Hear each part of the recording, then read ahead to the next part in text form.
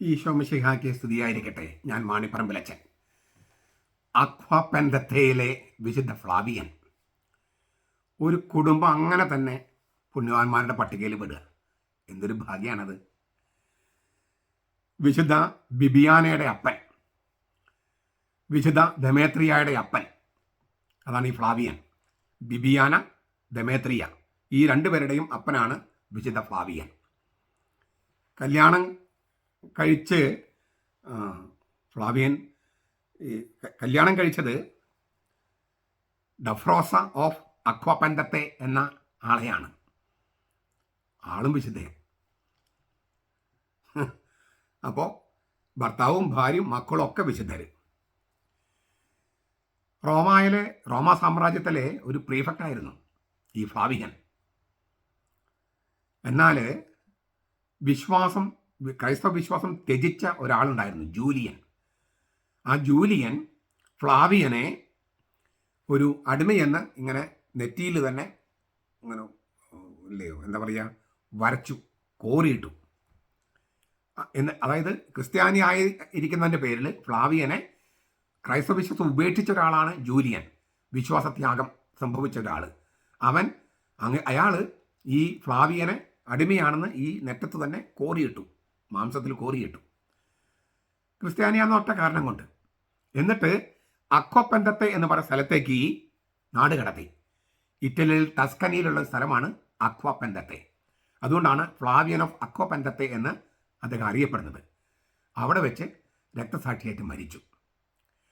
ഞാൻ തുടക്കത്തിൽ പറഞ്ഞതൊന്നും ഒരു ആവർത്തിക്കുക. 2 മക്കളുടെ അപ്പൻ. ഈ ഭാര്യയും ഭർത്താവും വിശുദ്ധർ, മക്കൾ വിശുദ്ധർ, രക്തസാക്ഷികൾ. ഇങ്ങനെ കുടുംബം മുഴുവൻ പുണ്യവാന്മാരുടെ പട്ടികയിൽപ്പെട്ട ഒരു ഒരു ഒരു കഥയാണ്, സംഭവമാണ് നമ്മൾ ഓർക്കുന്നത്. എവിടെയാണ് രക്തസാക്ഷികളുടെ ആത്മാക്കൾ ഇരിക്കുന്നത്? സ്വർഗത്തിൽ ദൈവത്തിൻ്റെ സിംഹാസനത്തിന് തൊട്ട് താഴെ. എവിടെയാണത് വെളിപ്പെടുത്തിയിരിക്കുന്നത്? വെളിപാട് പുസ്തകം 6-ാമത്തെ അധ്യായം 9 മുതൽ 13 വരെ വാക്യങ്ങൾ. ആ രക്തസാക്ഷികളുടെ ആത്മാവുകൾ ദൈവത്തോട് സംസാരിക്കുന്നു, ദൈവം അവരോട് സംസാരിക്കുന്നു, മറുപടി കൊടുക്കുന്നു. ആത്മാവെന്ന് ക്രിസ്ത്യാനികൾ പറയുമ്പോൾ ഉദ്ദേശിക്കുന്നത് ഗ്രീക്കുകാരോ നമ്മുടെ ഹിന്ദുക്കളോ പറയുന്ന പോലെ അല്ല. ആത്മാവെന്ന് പറഞ്ഞാൽ ആളായിത്തീർന്ന ആത്മാവെന്നാണ്.